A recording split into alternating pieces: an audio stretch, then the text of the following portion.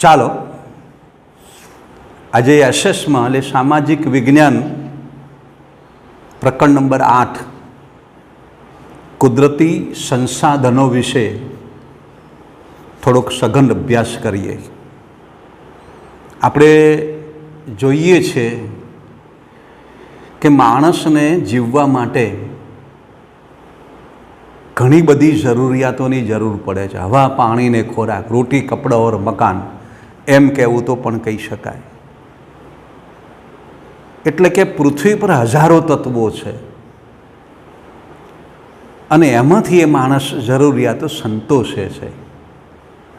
પણ મૂળ મુદ્દો એ છે કે પૃથ્વીની બહાર અને પૃથ્વીના પેટાળની અંદર પડેલા જે તત્વો છે એને આપણે અહીં સંસાધન કહેતા નથી। સંસાધન ક્યારે કહેવાય કે માનવી તેના વિશિષ્ટ જ્ઞાન કૌશલ્યથી એને ઉપયોગ મળે, એના ઉપર નિર્ભર બને અને જે જરૂરિયાતો સંતોષે એને સંસાધનો કહીએ છીએ। પ્રાચીન સમયમાં જમીનમાં દટાયેલી જે ખનિજોની જાણકારી માણસ પાસે નહોતી, પણ એને ખનન અને એની પ્રવિધિઓ દ્વારા એને પૃથ્વીના પેટાળમાંથી જે બધા ખનિજો કાઢ્યા અને એણે જે ઉપયોગમાં લીધું એ આજે માણસ એના સહારે અનેક ઘણો વિકાસ કરી શક્યો છે।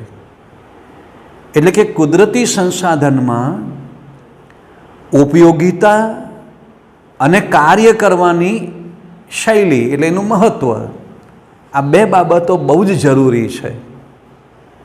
અને એટલે કુદરત, માનવ અને સંસ્કૃતિ આ ત્રિકોણના ત્રણ ખૂણા, ત્રિએંગલ એક સરખા છે અને એના આધારે જ સંસ્કૃતિ વિકસી છે એમ કહેવું તો કહી શકાય। આપણે પહેલાં પ્રકરણમાં જોયું કે સંસ્કૃતિ એટલે જીવન જીવવાની કળા।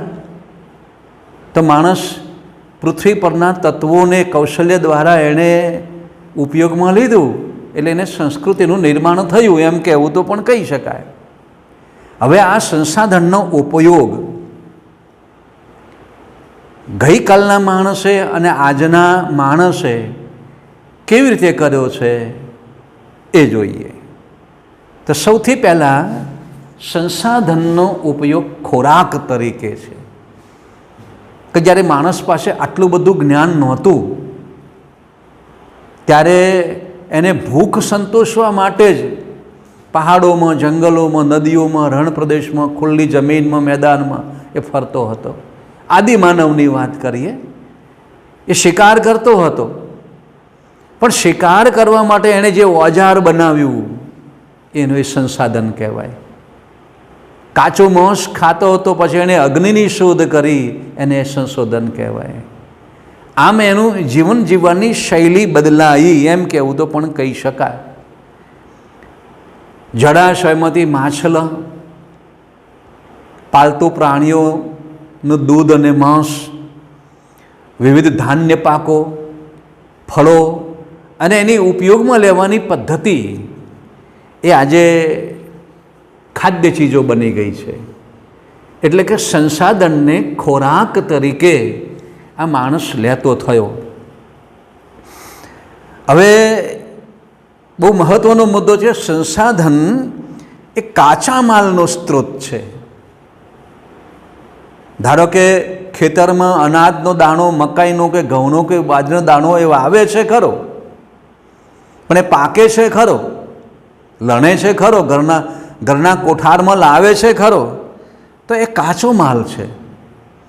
પણ એ દળીને રોટલી કે રોટલો કે ભાખરી બનાવે છે તો એ કાચા માલના સ્ત્રોતમાંથી એ જીવે છે। પશુનું ઊનમાંથી એ કપડો બનાવવા માંડ્યો, કપાસના રૂમાંથી એ દોરા વણીને કાપડ બનાવવા માંડ્યો, ચામડામાંથી પગરખા બનાવવા માંડ્યો, એનું માંસ ખાવા માંડ્યો। આમ અનેક ચીજો એ ઉદ્યોગો માટેની સામગ્રી બની ગઈ એમ કહેવું તો પણ કહી શકાય. તો કાચા માલના સ્ત્રોતમાંથી આજે અનેક ઉદ્યોગોનો વિકાસ થયો છે. અને ત્રીજું છે સંસાધન, શક્તિ સંચાલક તરીકે. શક્તિનું સંસાધન છે. પૃથ્વીના પેટાળમાં એણે કોલસો શોધ્યો, તેને દહન કરવા માંડ્યો અગ્નિ રૂપે, જે ઉદ્યોગોમાં વપરાવા માંડ્યું. પેટ્રોલિયમ, વાહનો ચાલતા થયા. પછી કુદરતી વાયુને પણ ઈંધણ તરીકે લેવા માંડ્યો. આજે ગેસની બોટલથી દહન થાય છે, આપણા ઘરમાં ચૂલો વપરાય છે. પાઇપલાઇન દ્વારા પણ આપણે રસોડામાં પણ એ ઉપયોગમાં લેવાય છે. આમ જે ઉર્જા છે એ ઉર્જાના વિવિધ પ્રકારો, વિવિધ સ્ત્રોતો માણસે જુદી જુદી રીતે લેવા માંડ્યો.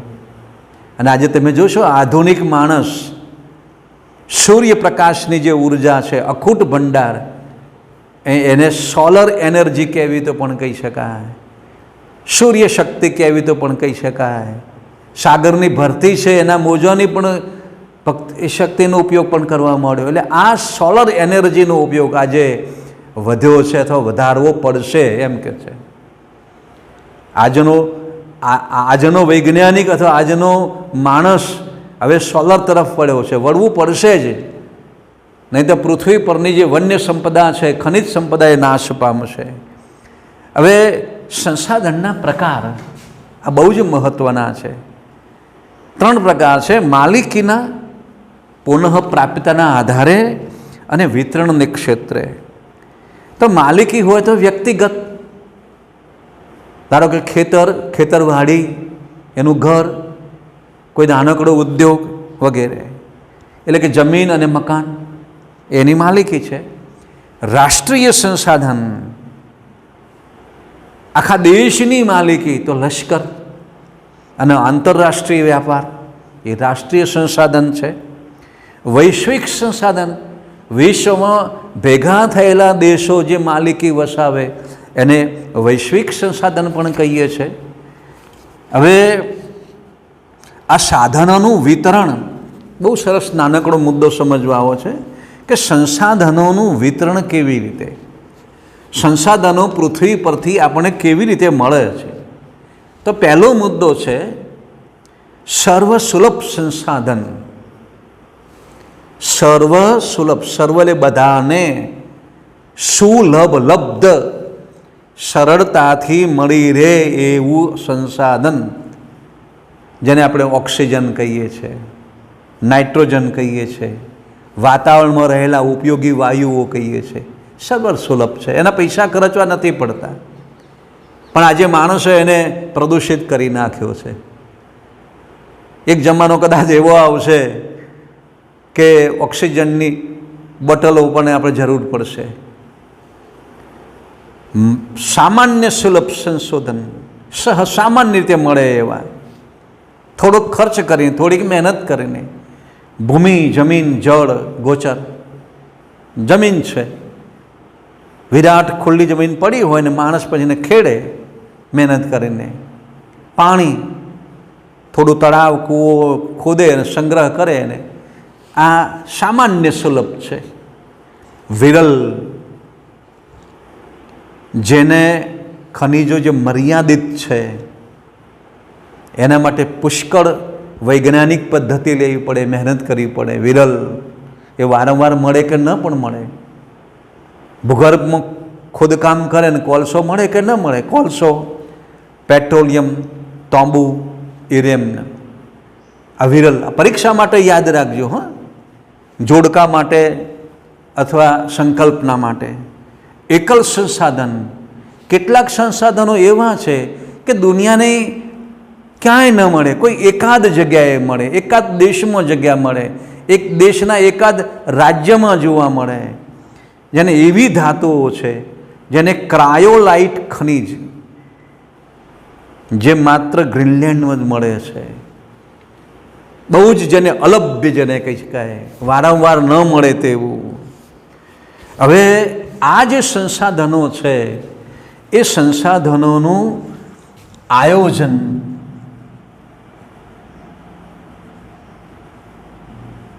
અને સંરક્ષણ, આ બહુ જ અગત્યનો મુદ્દો છે. સંસાધનનું આયોજન અને સંરક્ષણ, આ મુદ્દો સમજવા માટેની જરૂર છે કે આપણે માણસની જે જરૂરિયાતો છે ને, જૂના જમાનામાં મર્યાદિત હતી, હવે અમર્યાદિત થઈ ગઈ છે અને કુદરતી સંસાધનો મર્યાદિત છે. આ ત્રાજવું અસમતોલ બન્યું છે. એટલે જેમ જેમ માણસ, જેમ ગાયને દોહતો થાય, ભેંસે દોહે, એમ દૂધનો ઘડો ભરતો જાય, એમ એના વિપુલ ઉપયોગમાં લેતો થાય. એમ ધરતીને પણ દોવા માંડ્યો છે, ધરતીનું પણ ખનન કરવા માંડ્યો છે. અને એ પ્રમાણે અનેક વસ્તીના વિસ્ફોટથી જરૂરિયાતો વધી ગઈ છે અને પરિણામે કુદરતી સંસાધનોનો જથ્થો ઓછો થતો જાય છે, એનો વ્યાપ ઘટતો જાય છે. પરિસ્થિતિ બહુ ગંભીર છે. પાણી જે સર્વસુલભ કહેતા હતા ને, આજે પાણી ક્યારેક મળતું નથી. એને બંધો માંડવા મળે છે, નહેરોથી લઈ જવું પડે છે, એનો સંગ્રહ કરવો પડે છે, ભૂગર્ભમાં સંગ્રહ કરવો પડે છે. જો આ ભવિષ્યની પેઢી જો નહીં સમજે, આપણે આજે નહીં સમજીએ તો સંસાધનો ખૂટી પડશે અને આપણા માટે જીવન મુશ્કેલ બનશે. તો સૌથી પહેલાં સંસાધનનો કોઈ એક પ્રદેશને એકમ ગણીને ઉપયોગમાં લેવાનો હોય કે છે, ઉપલબ્ધિ કરવાની હોય તો એની જાણકારી મેળવવી કે માણસને આ જરૂર છે તો એ ક્યાં મળશે. સૌથી પહેલાંની જાણકારી મેળવવી જોઈએ. અને જે સંસાધનોનું પ્રમાણ મર્યાદિત છે, લિમિટેડ, જેને અનવીનીકરણ કહીએ છીએ, એનું વૈજ્ઞાનિક ઢબે એનું દોહન કરવું પડે, ઉપયોગ કરવો પડે. સંસાધનોની માત્રા વધારી શકાય તેના વિકાસ માટે પ્રયત્ન કરવો જોઈએ. સંસાધનોનો વિકાસ ઓછા ખર્ચે, ઓછી માત્રામાં કેવી રીતે ઉપયોગમાં લઈ શકીએ તેવું. જે સંસાધનો વર્તમાનમાં સોંઘા કે સહજ ઉપલબ્ધ છે એને વેડફવાની જરૂર નથી. સોંઘું કે સસ્તું છે એને વેડફી દો તો ના. પાણી છે, સહજ છે, એને વેડફવાની જરૂર નથી. વૃક્ષ કુદરતે ઉગાડ્યું છે, એને કાપી ના નાખો. કુદરતે પ્રાણીઓ આપ્યો છે, એને હિંસા ન કરો. કારણ કે પ્રાણી અને વનસ્પતિ, પાણી અને માણસ, પૃથ્વી પરના વાયુઓ, આ બધા જ સંસાધનો માણસ માટે બહુ જ ઉપયોગી છે. એનો જો બેફામ ઉપયોગ કરીશું, વેડફી નાખીશું તો ભવિષ્યનું જીવન બહુ જ મુશ્કેલીવાળું છે. એટલે સંસાધનો જાળવવા માટે ટેકનિકની જરૂર છે, તકનિકીની જરૂર છે અને એ લાંબા ગાળે જ ફાયદાકારક છે. વીજળી મળે છે ખરી આપણા ઘરમાં, એટલે આપણે જરૂર ના હોય અને વીજળીનો પ્રકાશ, એનો બલ્બનો ગોળો અને પંખો અને એસી ચાલ્યા જ કરે, એ વીજળી વેડફવાની જરૂર નથી. વીજળી કેટલા સંસાધનોનું દહન થયા પછી આપણા ઘર સુધી આવે છે અને બધાને મળતી નથી. બધા જ જો આવું વેડફી નાખે તો ન મળે. ઘરમાં એક માટલું પાણી ભર્યું હોય અને નાના બાળકો પાણી ઢોળી દે અને આપણે પીવાનું હોય તો ખેતરની અંદર, ખેતરમાં પાણીનો ઘડો ભર્યો છે, એ બહુ જ મહત્ત્વનો છે, એને વેડફી ન દેવાય. જૂના જમાનામાં ખેડૂતો એ ખેતરમાં માટલી રાખતા, એને માઢે કપડું બાંધીને સંતાડી રાખતા, કામમાં આવશે. આ સંસાધનની સમજ બહુ જરૂરી છે. એટલે સંસાધન વિશે આપણે બહુ જ મહત્ત્વનો એક મુદ્દો ભણવો છે, જમીન નિર્માણ.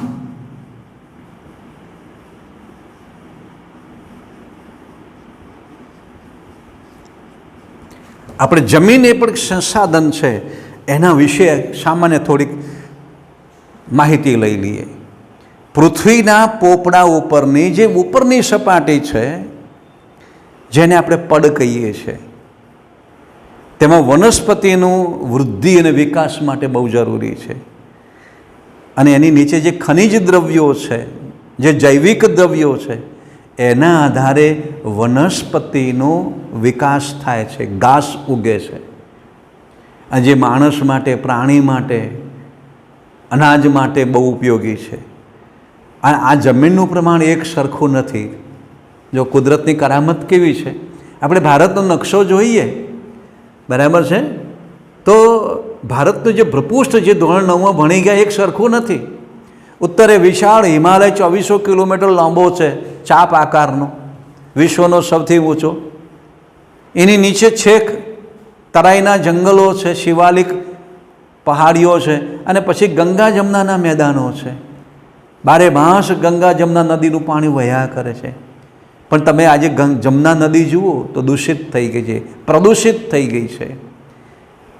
એનું પાણી પીવા લાયક નથી રહ્યું, માને તો ખેતી લાયક નથી રહ્યું. તમે જુઓ, બરાબર છે, માણસે એ પાણીને કેટલું બધું બગાડી નાખ્યું છે. અને સરકાર ગંગા જમનાના પાણીને શુદ્ધિકરણ માટે મથી રહી છે, આયોજન કરી રહી છે. કેટલી સફળતા મળશે તો સમય કહેશે. તો પૃથ્વીનું જે ઉપરનું પડ છે ને, એને આપણે જમીન કહીએ છીએ. જે ખનિજ દ્રવ્યો છે, જૈવિક દ્રવ્યો છે, પણ એક સરખું નથી. આ બહુ જ મહત્ત્વની બાબત સમજી લેજો. રાજસ્થાનના રણ પ્રદેશમાં એકલી ક્ષારીયમાં રેતીના કણો છે, જે વરસાદ જ વરસતો નથી, એકલો ખાર છે, જે પાણી જ મળતું નથી. જો પાણીની ત્યાં મોટી કિંમત છે. કેટલાય માઇલો સુધી, કેટલાય ઘઉં સુધી માથે બેડું લઈને જવું પડે. અને પાણીની કેટલી કિંમત છે. અને એટલે સરકાર શું કહે, જળ એ જ જીવન છે. આ બહુ સમજવા જેવી છે. આપણે સહજ રીતે મળતું હોય એટલે વેડફી દેવું એવો અર્થ નથી, ધ્યાન આપો. તો આપણી સમગ્ર ભારતના ભૂપૃષ્ઠમાં જમીનના પ્રકાર સહેજ જોઈએ. જે આપણે ધોરણ 9માં આપણે અગાઉના અઠવાડિયે આપણે જોયા હતા. આપણે ફરીથી ખાલી વાંચન કરી લઈએ. કોપની જમીન છે, પછી રાતી અને લાલ જમીન છે, કાળી જમીન, લેટેરાઇટ જમીન, રણની જમીન, પર્વતીય જમીન, જંગલ પ્રકારની જેને ફોરેસ્ટ સોઇલ કહીએ છીએ, દલદલીય પીટ પ્રકારની જમીન. કોપની જમીન વિશે આપણે જોઈએ તો અહીં ખાલી સહજ એક સામાન્ય નકશો સમજી લઈએ.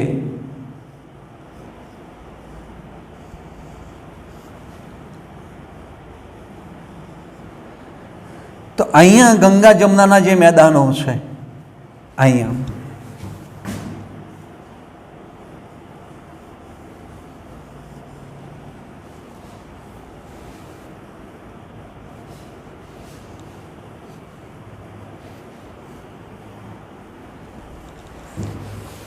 ઉત્તર ભારતમાં ગંગા જમના જે નદીઓ છે, બહુ જ લાંબુ બારે માસ પાણી આપતી, જેને આપણે કોપની જમીન કહીએ છીએ. 3 ભાગ છે, આપણે ગઈકાલે ભણેલા. અહીંયા સિંધુ નદી માનસરોવરથી નીકળી પાકિસ્તાનમાંથી અરબ સાગરમાં જાય છે. અહીંયા એની પૂર્વમાં બ્રહ્મપુત્ર જાય છે, જે પણ અહીંયા મોટા મોટા મેદાનો બનાવે છે. અહીંયા પાકિસ્તાનના પંજાબ પ્રાંતમાં પણ સિંધુના મેદાનો છે. ભારતમાં ગંગા જમનાના મેદાનો છે. અને એટલે જ તમે જોશો કે ઉત્તર ભારતમાં બહુ જ મોટા શહેરો છે, વિશાળ મેદાનો છે. અને એટલે જ ત્યાં જમીન સાથે માણસો વધારે છે. એટલે કે આપણી કાંપની જમીન બહુ મહત્ત્વની છે. નીચે જોવી હોય તો અહીંયા કાવેરી અને કૃષ્ણા અને ગોદાવરી અને મહાનદીના મેદાનો છે. તટીય મેદાનો જેને કહેવાતા પણ કહી શકાય. અહીંયા તાપી અને નર્મદા નદીના આ સાબરમતી નદી, પછી અહીંયા ભરૂચ પાસેની નર્મદા નદી અને આ તાપી નદીના મેદાનો છે. તો આ મેદાની પ્રદેશ, નદીઓ કાંપની જમીન બનાવે છે, ફળદ્રુપતા વધારે છે.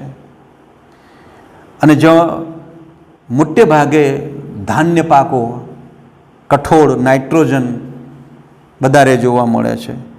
બીજું રાતી જમીન છે, જેને લાલ જમીન કહીએ છીએ, એ દક્ષિણ ભારતનો દ્વીપકલ્પ પ્રદેશ છે. અહીંયા કર્ણાટકા અને છેક તમિલનાડુનો વિસ્તાર છે, અને મધ્યપ્રદેશમાં બુંદેલખંડ સુધીનો વિસ્તાર છે, જે જમીનમાં ચૂનો અને કોંકરા જોવા મળે છે. કાળી જમીન, જેને રેગુર કહીએ છીએ, અને ભારતનો 15% છે. ધ્યાન રાખજો. જે મહારાષ્ટ્રમાં દક્ષિણ ગુજરાતમાં સુરત નવસારીનો જે વિસ્તાર છે, ભરૂચ સુરતનો, એ કાળી જમીનનો છે, કાળેતર જમીન કહેવાય છે. અહીંયા સૌરાષ્ટ્રમાં ગોંડલ અને રાજકોટ વિરંગામનો જે પટ્ટો છે, એ કાળેતર જમીન કહેવાય છે. બીજું મહારાષ્ટ્રમાં મોટો ભાગનો જે વિસ્તાર છે, કાળી જમીન, જેને રેગુર કહીએ છીએ, અને લાવાના કારણે કાળેતર બની છે, જ્યાં ભેજ સંગ્રહ વધારે છે. જે જમીનના નિર્માણમાં લાવાયિક ખડકોની બહુ જ જવાબદારી છે, એમ કહેવું તો પણ કહી શકાય. યાદ રાખજો, આ પરીક્ષા માટે અગત્યનું છે. કાળેતર જમીનમાં, કાળી જમીનમાં, એના જમીનના નિર્માણમાં લાવાયિક ખડકો બહુ મહત્ત્વના છે.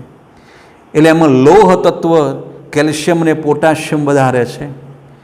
આ જમીનમાં ભેજ સંગ્રહ શક્તિ બહુ જ છે, ચીકણી જમીન છે, એટલે ભેજને સંગ્રહી શકે છે. એટલે કેવા પાકો થશે?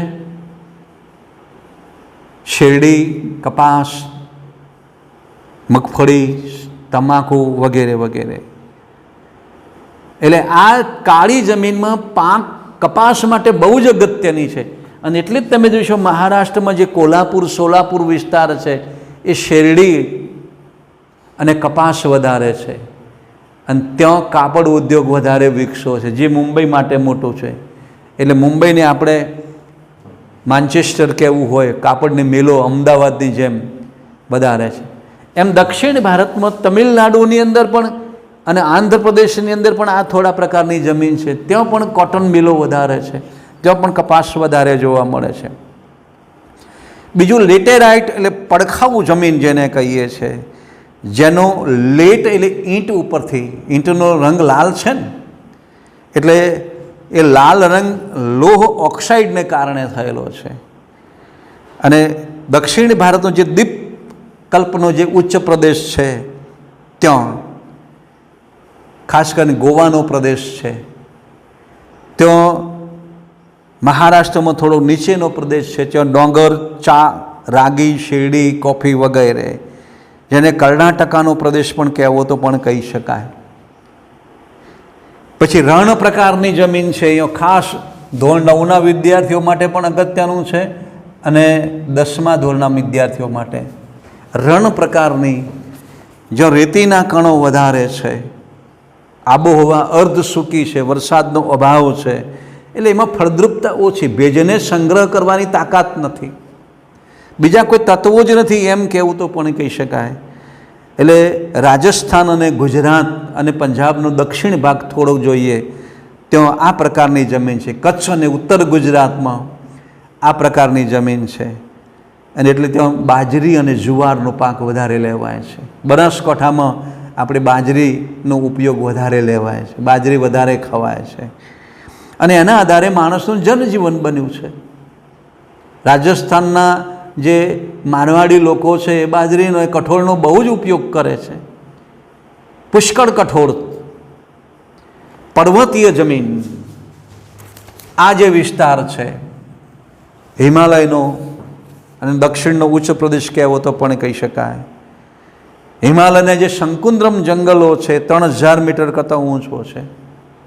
પછી નીચે વિંધ્યાચલ અને સહ્યાદ્રી પર્વતની જે ગિરિમાળાઓ છે, ત્યાં પણ પહાડી પ્રદેશ છે, અને એમાં ફોસ્ફેટ અને પોટાશ વધારે જોવા મળે છે. અહીં ઓડિશા અને પશ્ચિમ બંગાળ અને અહીંયા ઝારખંડ એ વિસ્તારમાં પુષ્કળ જંગલો છે, પહાડી પ્રદેશો. અસમ તો આખો પહાડી પ્રદેશ કહેવો તો પણ કહી શકાય, બ્રહ્મપુત્રના મેદાનોને બાદ કરીને કહે છે. હવે આ જમીનના આપણે પ્રકાર જોયા. હવે જમીનનું ધોવાણ પરીક્ષા માટે બહુ જ અગત્યનો મુદ્દો છે, ધ્યાન આપજો. જમીન છે ખરી, જમીનના પ્રકારો છે ખરા, પણ જમીનનું ધોવાણ અને અટકાવવાના ઉપાયો.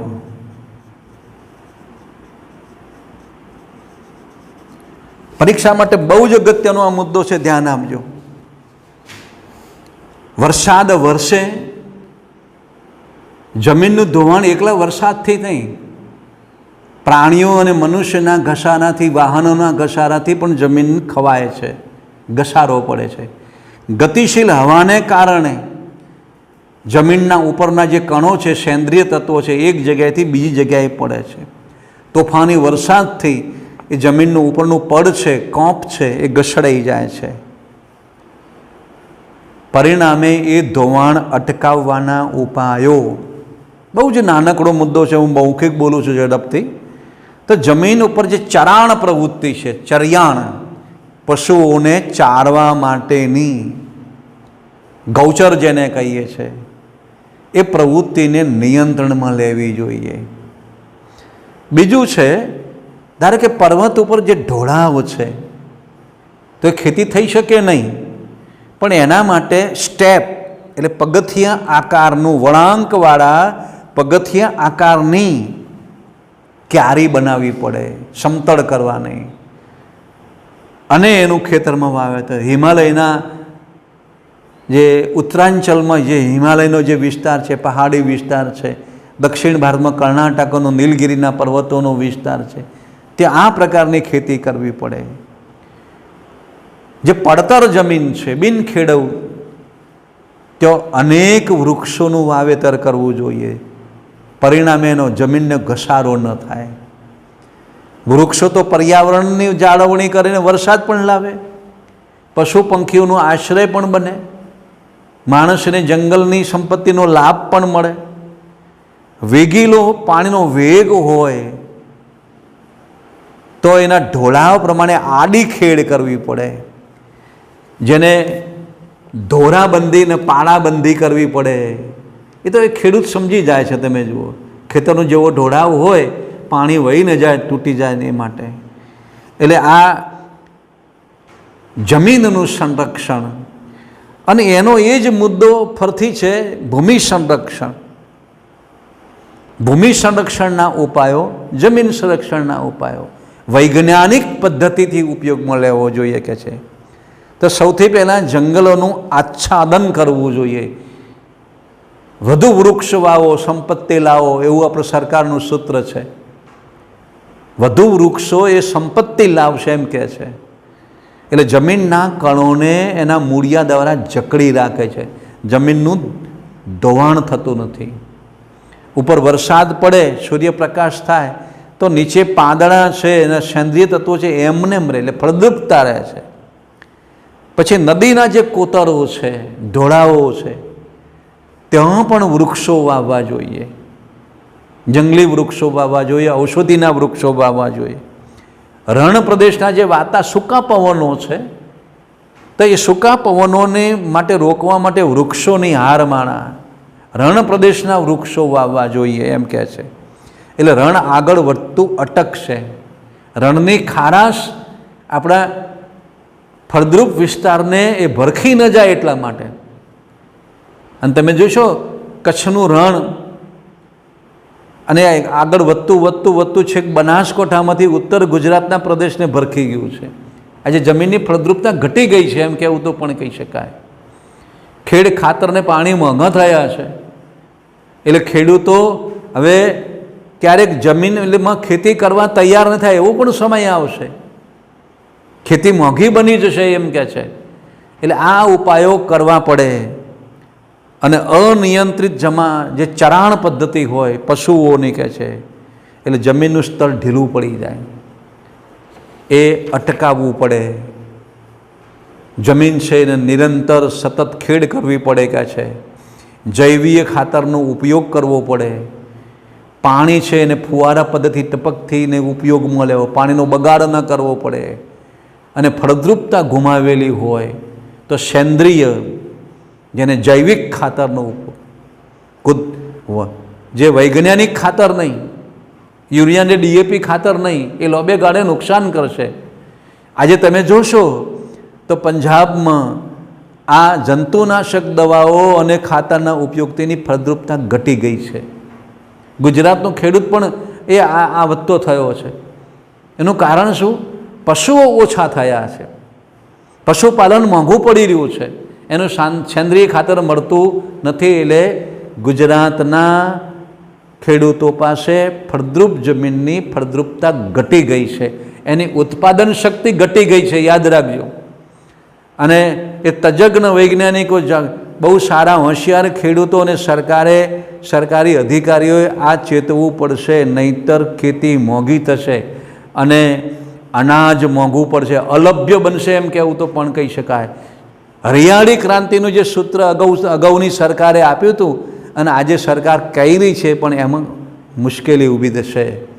તો આપણે જમીનના સંરક્ષણ માટે આપણે જાગવું પડશે. અસ્તુ, ધન્યવાદ, શુભમ.